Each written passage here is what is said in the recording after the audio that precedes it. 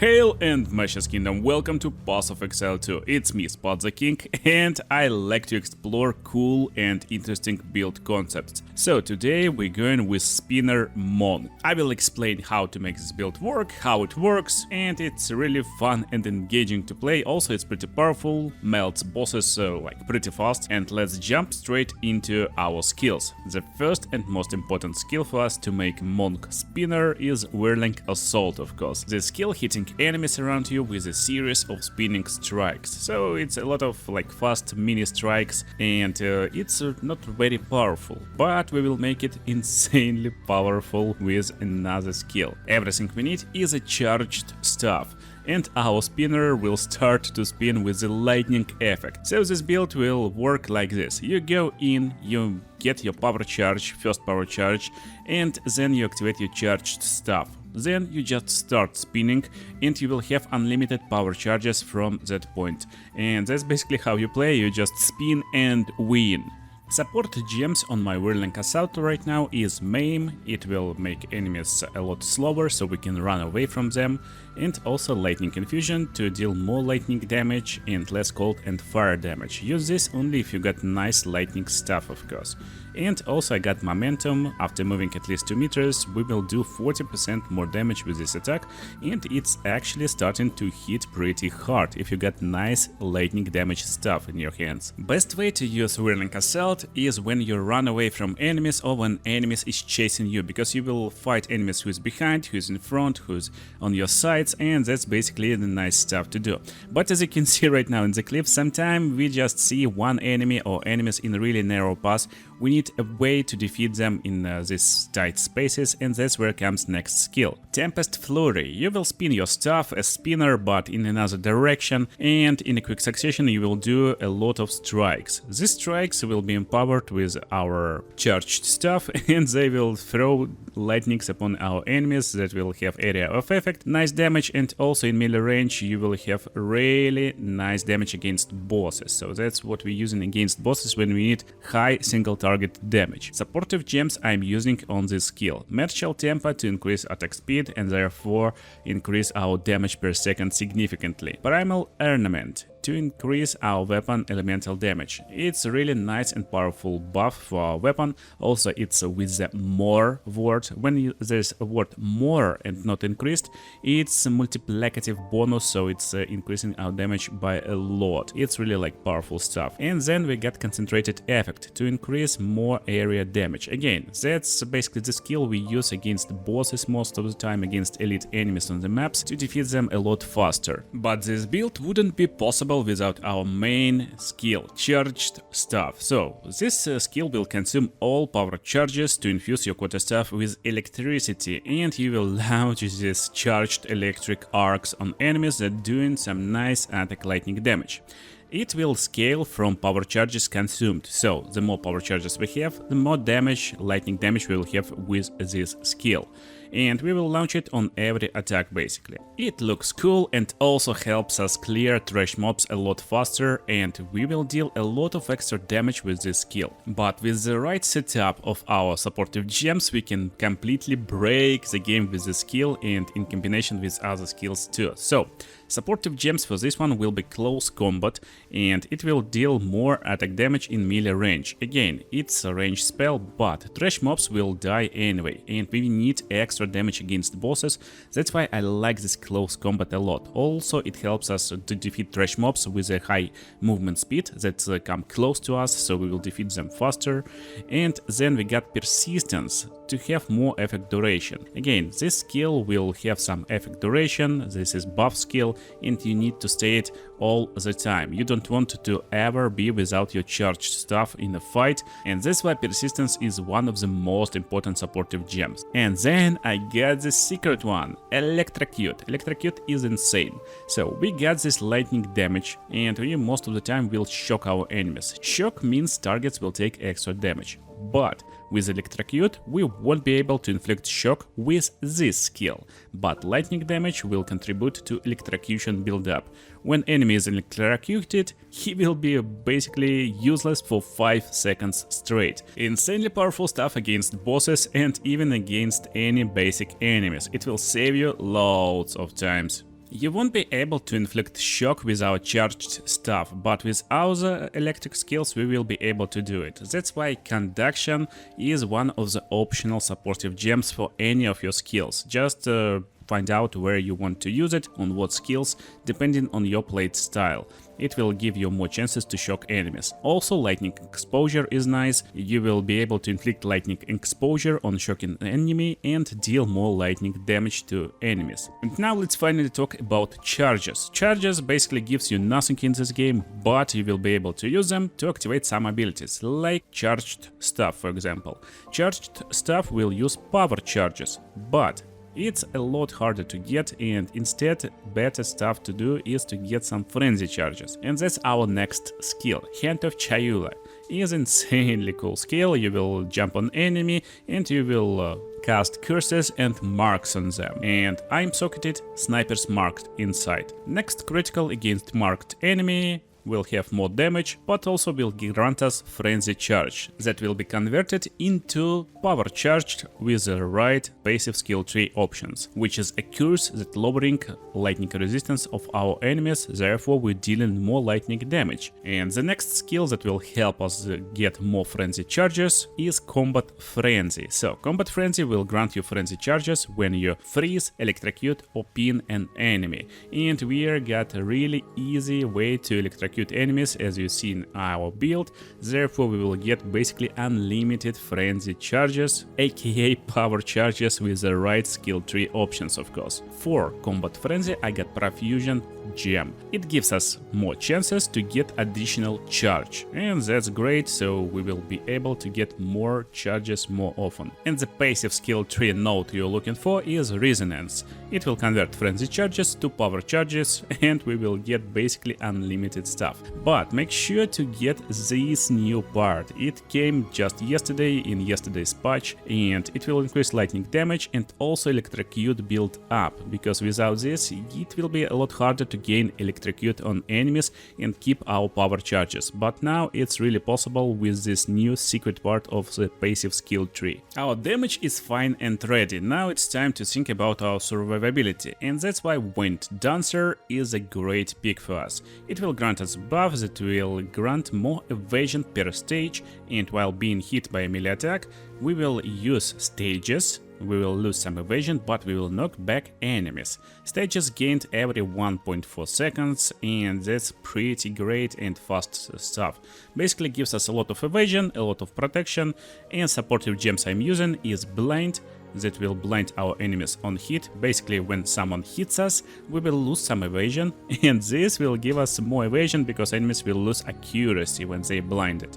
And also I'm using Culling Strike. Most of the time you will be hit by some elite enemies, and it will have this Culling Strike against rare or unique enemies, against elites and bosses basically, and it will destroy them with one hit when they are on low health threshold. Like pretty fun stuff. Also another like great supportive gem is one that can pin enemies on hit, so we get more power charges, and that's basically everything you need on Wind Dancer. Another buff we will use is Herald of Thunder. Whenever we shock enemies it will fire up bolts on our next attacks with more lightning damage on hit, so pretty powerful stuff to increase our damage even more. And supportive gems I'm using here is Clarity to give us more mana regeneration. Again, mana is a little bit a problem for this build, so to keep our mana high, Clarity is the best pick, as well as Lightning Penetration. I like this skill to deal more lightning damage and penetrate enemy lightning resistances, so that's a nice pick. Also it's nice to know that basically every supportive gem on your active and damaging abilities is interchangeable, so you can change it however you like and experiment with the build. And finally let's talk about our last skill that will give us insane amount of damage against bosses. It's Tempest Bell. You need a combination to activate it, so just make 4 hits and then you can put the bell. This bell will basically multiply every damage you deal, because it will kinda double on every hit. and it will stay for 16 hits, but 16 hits will be done in matter of like 0.5 second with this build, because there will be hits from charged stuff as well from our spinner stuff and others like abilities. So that's nice damage amplificator, and supportive gems I got here is Rage to get more rage on melee hit. Basically Rage gives us more damage per one rage, and we will just get full rage in a matter of second and deal 30% more damage instantly. Font of Rage is also nice to have aura that gives more rage even to our allies if we play in party, and technically build is ready. But when you play this build you may find yourself dying a lot, especially if you don't have really nice and great gear. That's because enemies will come close to you, you won't be able to hit them a lot faster, and we need some kind of way to deal them from the range. And while Tempest Flurry is a nice skill, there's another skill that can completely break this build. So, Storm Wave is the pick. Basically, Storm Wave will convert physical damage to lightning damage with a nice lengthy wave. What is the coolest part about this skill? With Electrocute you won't be able to shock enemies with your range attack from shocking charged stuff, but you will be able to shock them with Storm Wave. So you will be able to shock them and electrocute at the same time, and that's basically double range attack in one socket. You still will be able to keep unlimited power charges, and that's insanely powerful combinations that you can use to clear maps pretty safely and very fun to use also. So the supportive gems I'm using here is Magnified Effect to have more area of effect, and Super Critical to deal more critical damage. But again, it's completely interchangeable with other gems from our abilities. Just find what you're using more in the game, maybe you're using more Spinner, maybe you're using more this range lightning attack, and put the best gems that gives you more DPS in this ability. You're looking for dexterity intelligence based armors with evasion and energy shield. For stuff you're looking for really high lightning damage and also physical damage, because some of the skills will convert physical damage to lightning damage. And you're looking to just increase your elemental damage, your attack speed, your critical hit chance and critical damage.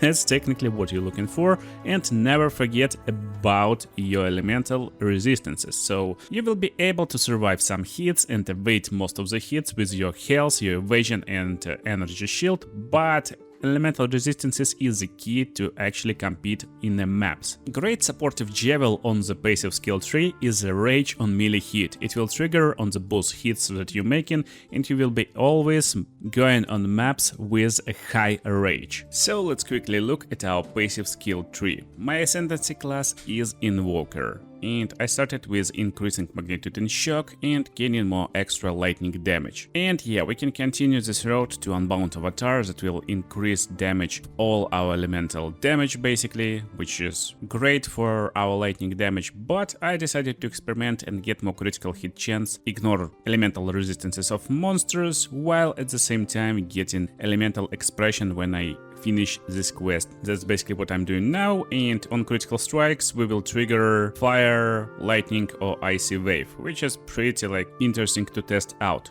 So on passive skill tree we will start on the top branch, which is attack branch basically, and there's skill speed. Skill speed is kinda attack speed for your skills, and basic attack is also considered a skill, so it basically gives us attack speed and damage per second. Then we continue with attack damage, which again increasing our damage pretty significantly and getting flow like water, again increasing attack and casting speed with more dexterity and intelligence, which is our base and most important stats. For this build you need at least 20 strength, and then everything can go into dexterity and intelligence with focus on dexterity, while intelligence will be your secondary stat just to hit thresholds for your skill gems. As I told you, attack speed is most important, that's why we're continuing with skill speed branch over here, but when you're leveling, definitely get back instantly and get this critical hit chance and 36 increased damage if you dealt a critical hit in past 8 8 seconds. We will deal some critical hits and we will have 36 increased damage. That's great and really like very powerful buff. So let's zoom out a little bit and see skill tree right now. There's a big branch to the right side, but if you're just leveling, you don't need it instantly. So if you're leveling, then start your way towards top and get this elemental damage towards Echoing Thunder. This will give you more elemental damage if you shocked enemy recently, in past 4 seconds. And that's our elemental damage tree. You don't need every node over here, you can stop at Echoing Thunder and then don't pick this elemental damage, but eventually we want to have all elemental damage over here. Ignore this part for now, and if you get any problems with leveling, if you're dying a lot and can't control this monk, then what I recommend you to do is to pick everything over here in the beginning, you know?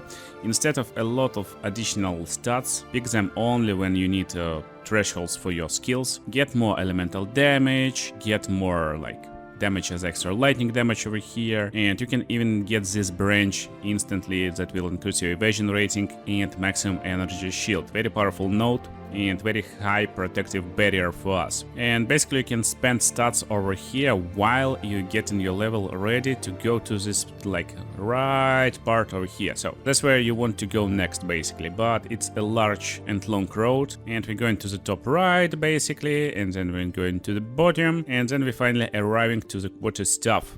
So what we're leaving at quarterstaff part, it will be quarterstaff attack speed, and we're going to the bottom part first to increase attack speed more, and then getting accuracy rating with critical damage bonus and 25 to dexterity. This dexterity is very important in early game, so we can spend a lot of nodes over here with intelligence points, therefore hit thresholds for gems, and we are basically ready for the battle, but also get Whirling Assault that will push enemies back with critical hits. Pretty fun stuff. Also 8% increase in attack speed is really powerful stuff. On the bottom part of this quarterstaff branch is critical damage and chance, and most importantly one with the storm that will consume extra power charges when consuming power charges. Basically if you got only one power charge, it will be counted as 2 power charges, which is really great to keep power charges and storm quarterstaff all the way. But don't go here yet. Again, as I told you, we need a way to keep these power charges. So, to keep these power charges, we're going to the bottom part, going to the left a few times, and here we are.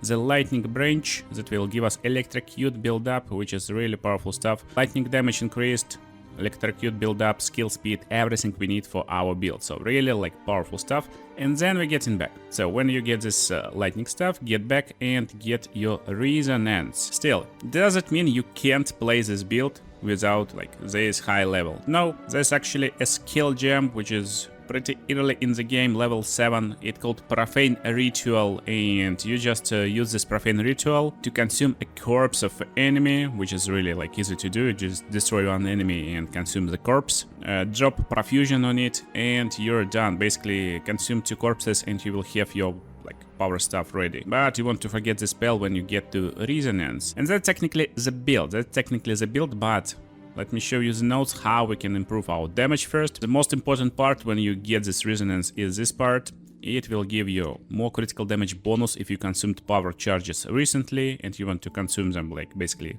every other second when you get them. And finally you get +2 to maximum power charges, so you will have like +6 power charge stuff. +5, sorry, yeah. To get +6, you need to go over here and get power charge duration 2 times with 20% increased critical damage and +1 to maximum power charges. I don't think extra power charges are really necessary, but here is a protective part.